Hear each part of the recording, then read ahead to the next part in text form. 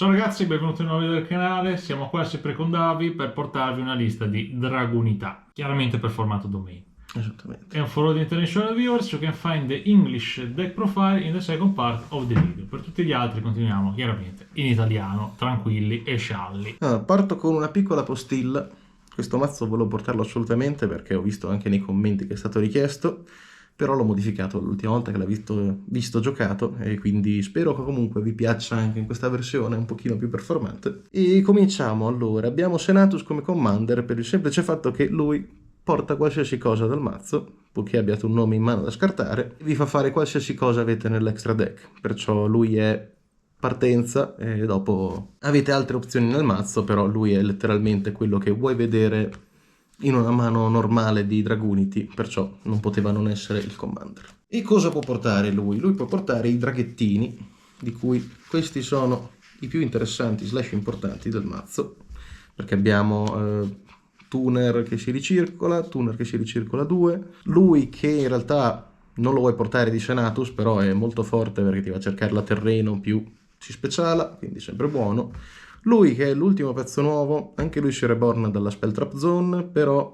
solo una volta per turno purtroppo, e come potete notare è un livello 3. Abbiamo messo qualche interazione interessante nel mazzo per far surtare il suo livello. Di base è un pezzo nuovo che l'ho testato di recente, ti permette di fare qualche play interessante, però ovviamente cozza un po' con i livelli. E poi Aklis, che lui è semplicemente una removal, che nella peggiore delle ipotesi evoco Senatus al turno, cioè la quarta volta, pago 2000 life points, l'equipaggio con questo, almeno rimuovo un pezzo del loro.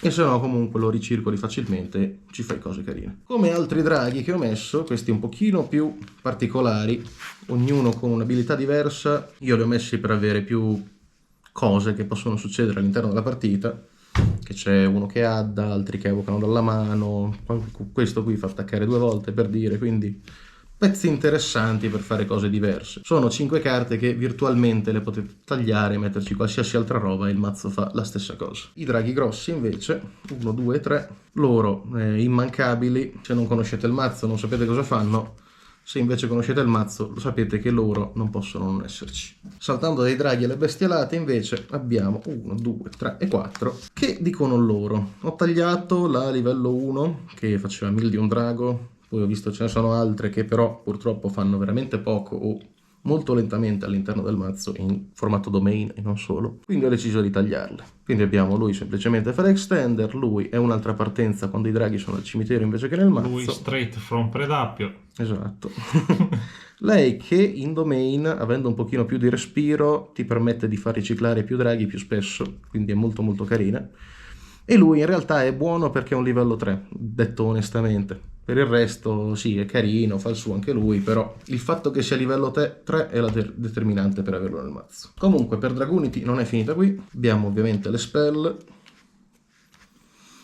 Queste sono proprio il minimo indispensabile che devi giocare in Dragunity, perché fanno tutto queste magie. Soprattutto questa continua vecchia che in domain rende di più rispetto al gioco normale, perché appunto come si diceva hai più respiro, più giocate, più possibilità. Poi abbiamo le trappole, che abbiamo la counter che nega spell trap e la continua che invece è ricircolo di risorse. Anche queste molto carine, molto utili. Ma tranquilli, non ho dimenticato, c'è anche Dragon Ravine, perché senza il mazzo ovviamente non parte. Chiuso con le carte Dragunity abbiamo Piccolo Tempest con aggiunta di Channeler. Loro l'idea principale è quella di appunto andarti a cercare i pezzi, però in aggiunta Tempest ovviamente si reborna, col 3 puoi farti Synchro 10 e altre cose interessanti, quindi è comunque un drago che continua a tornare, continua a rompere le scatole e a fare il suo. Dopodiché abbiamo anche bestialate in più, Gofu, che non essendo bandito in questo formato è molto molto utile perché ti permette di fare le link play senza neanche farla normal. Questi due pezzi che invece vanno a interagire con Guide Aerg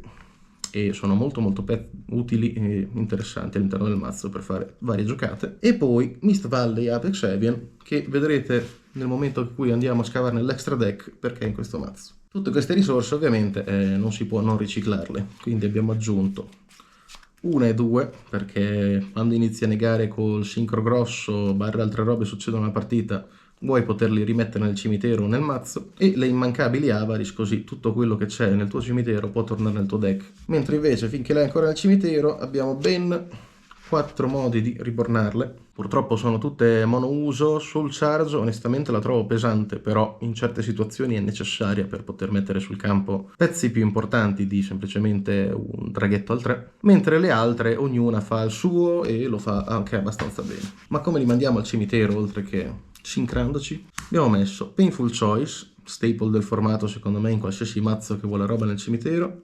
Reliquiario del drago, non abbiamo draghi normali ma comunque un altro di questi che è Foolish Warrior. Cioè in questo formato appunto non avendo multicopie di varie carte la redundancy paga bene. Dopodiché abbiamo varie spell per andare a pescare, immancabili queste due staple del formato per forza.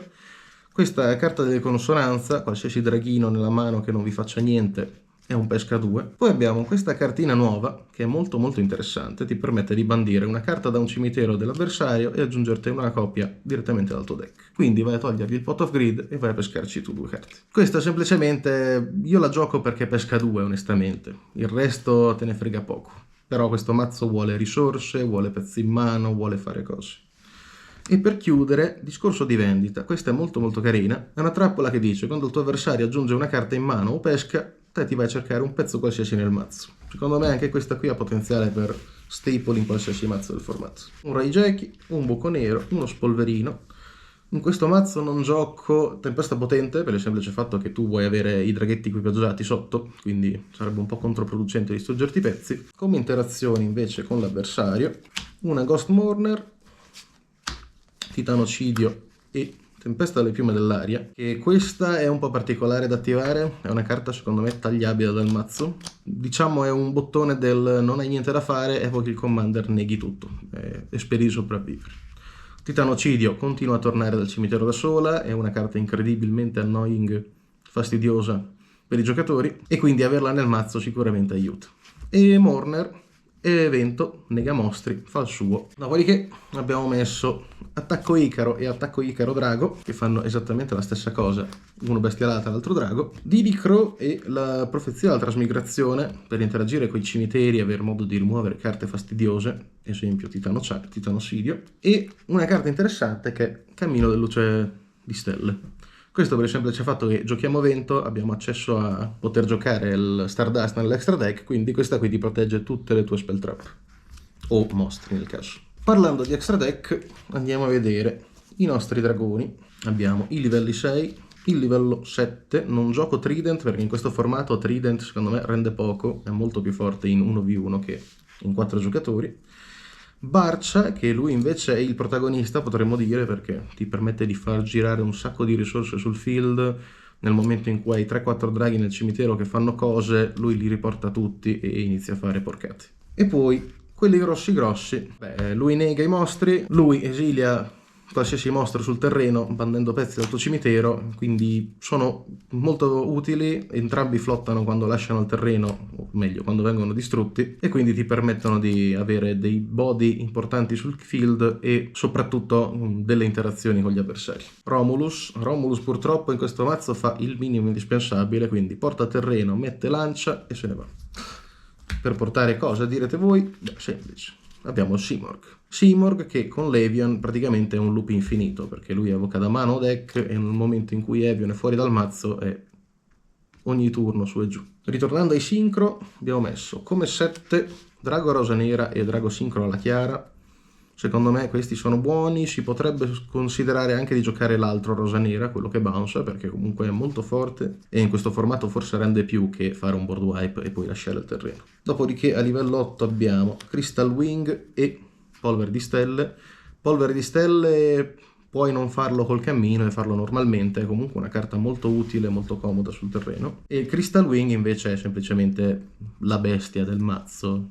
Il payoff finale potremmo dire, perché qualsiasi roba tirano in campo con lui l'ammazzi. E per chiudere abbiamo Baron de Fleur. Lei livello 10, non semplice da evocare, soprattutto perché spesso e volentieri sei limitato in drago, per dire anche Senatus quando fa il suo effetto ti locca in drago, però nel momento in cui riesci a tirarla in campo è un pezzo forte, ostico, ti può ricircolare pezzi interessanti dal cimitero e secondo me è una carta che essendo in attributo vento la vai a giocare per forza. Qui si conclude l'italiano e quindi passiamo all'inglese. Un saluto e alla prossima. Ciao ragazzi. Hello there, we're here with Dragunity deck list for the main format. Obviously, I play Senatus as the DM, gives access to Winged Beasts and Dragons, also is the starter for the all archetype. Whenever you have him and another name in hand, you start and do your stuff. And we bring with him the two, actually now 3 turners that come back from the spell trap.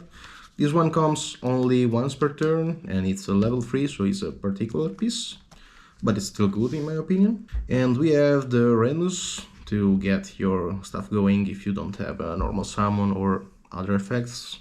Pretty much is a 1 card Synchro 6. And Aklis that you keep on reusing to destroy stuff on field. It's pretty much a payoff if one of your pieces gets destroyed. These have different effects, like double attack, add 1 if you destroy, and stuff like that. They are not strict to play. I like to have different effects and different stuff to showcase the archetype, but these 5 cards, to be honest, you can cut them off and... the deck will function as well, so yeah, exactly. It's not a big deal. We go on with the bigger dragons, the 6, the 8, and the 10. You have to know the deck to know what they do. It's pretty much value, and other value. They do stuff, they come back, they get you different pieces. And they're big. Yeah. Then we go on with the Winged Beasts for the archetype. I only place these 4. There are others, but I don't really like them in this format or either format because they're slow or clunky to use. While I find these to be actually pretty strong, pretty useful, and they always are active. It's like a extender special summon. This is pretty much Senatus but brings from grave instead of the deck. These, giving the more long plays in the main format, can actually bring the difference on the field. While this one is here pretty much because it's a level 3, so it's a good interaction with the new tuner. As for spells, we have Command, Draft, Twister, Glow, and Lance. If you don't know them, you have to read them because they're pretty much different effects, different stuff to do, all chained to Dragoonity. And then we have the Counter Trap that negates spell traps until you have a Synchro on the field, I believe. And the Legion that gives you recycle of resources and stuff like that, so it's pretty good for the long run. And obviously, we don't forget the Dragon Ravine, because, yeah. Going on with the non-engine stuff, we have Tempest with the little one and Channeler. I put them in the deck mainly because they search pretty much everything in the deck. Also, he's level 7, so comes back, gives you nice level to modulate and do different stuff. And also I put in some other Winged Beasts. We have Gofu. Is a link play without some normal summoning. These two are pretty good with the Gaidarg because they have interesting effects in the grave or discarded. And we have Apex Avian, you will see why. Since you banish quite a lot with the Synchros, we have these 2. I believe you have to play both just to be sure to get your stuff back when you have to banish, because you don't know when opponents are gonna banish your stuff as well. Maybe you could also play DDR just to have another body on the field. Possibly, but it's probably better to get your little Drake in the grave or deck. And then we play the Avarice guys. Yeah, Avarice duo. Because we like to recover resources, get into the deck, draw something. The Hitler pots. And we go on with the Reborns, single ones and massive ones. Sometimes Roll Charge is necessary just to give you something more than just a little guy on the field. So I like to play it. I don't really love Soul Charge as a card because you lose the battle and a lot of left points, but still, sometimes you need. And the others are pretty much get one back. For sending, instead, we have Foolish, another Foolish, and Massive Foolish. As for the draw, we have 1 and 2, for sure. Then I play Talents, only for the draw stuff, actually. Then I have Consonance, because any little Drake is a draw 2 with this spell. And these two cards are pretty interesting. This gets you to banish any spell on any player graveyard to add a copy from your deck to your hand. And this one, when any player adds something to their hand, you go search anything. Going on, we have Raigeki, Dark Hole, and Harpy's Feather Duster. I don't play the Heavy Storm because you want to have spell traps on your side of the field, so... It's detrimental. Yeah. As for other interactions, we play Titanocider because this card is incredible in this format. Yeah, it keeps coming back and disrupting everyone plays. We have Harpy's Featherstorm. This one is weird. I put it in because it's just if you control a Wing Beast stuff, you do this, negate a player turn pretty much. If you don't have anything to do, you just summon your DM, activate this, skip a turn, whatever, hope to survive. I don't really love it, it's here for interactions, but maybe it's better to keep it when you are 1v1 at the end of the fight, let's say. And another interesting one is Ghost Mourner. She's a wind, she negates, she burns sometimes, so why not? Then we have Icarus Attack and Icarus Attack for Dragons, and some Graveyard Raids with the Prophecy of Transmigration that lets you shuffle back whatever from any graveyard, so it's good to recycle or to disrupt plays, and Diddy Crow, which is just to disrupt plays pretty much. And last card in the main deck, we have... Starlight Road. Oh, Starlight Road, yeah. This is a protection for your field and brings out the Stardust Dragon, which is wind, so it's pretty good to have it. Then we run into the dragons on the extra deck. We have the level 6. They are your playmakers, we can say. Level 7, I don't play Trident because it's more useful in a 1v1 situation, but in 4 players is not that good. Then we have Barcha, the true protagonist of the deck. He can bring back any dragon from your grave, so can get you a lot of resources. And the 2 really big guys, Negate and Banish, and they have a pretty good floating effect too. The fact is, Romulus just brings you the field and some other cards, so it's a stepping stone pretty much. But the payoff to jump through it is to bring out this Simurgh, and with the Apex Avian you have pretty much a negation per turn, so they're gonna remove both of them probably, but still it's good and can bring other stuff too from the deck if you need. Proceeding with the Gnome Dragonity stuff, we have level 7s, Black Rose Dragon and Synchro Clearwing. They're both good, maybe there are better targets, like the other Black Rose, the Moonlight one, is probably more useful in a long game. I like this because board wipe, maybe you find more interesting to play something that gives you more value than just clean the field and go on. Then as level 8, we have Crystal Wing and obviously the Stardust Dragon. Stardust is good to come with the trap card, but you can summon it as well. Having protection from destruction is always good. And Crystal Wing can pretty much deal with whatever on the field. And last card of the extra deck, we have Baronne de Fleur. Why? Wind.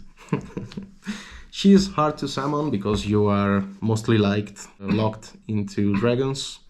But she's strong, she's good, she's wind, she can bring you back your Gaidarg or other playmakers, so I found this to be good in the deck, even though it's a turn 3 or 4 play. And that's all for the deck. And now, an unfunny moment. If you're part of the Fate Stay Night fandom, you know the joke with this card and with this name. So don't try to say it out loud, but you know the joke. That's it. Let me know in the comment section down below. That's all, abbiamo fatto, spero vi sia piaciuta, I hope you liked my list, and let's play! Bye bye!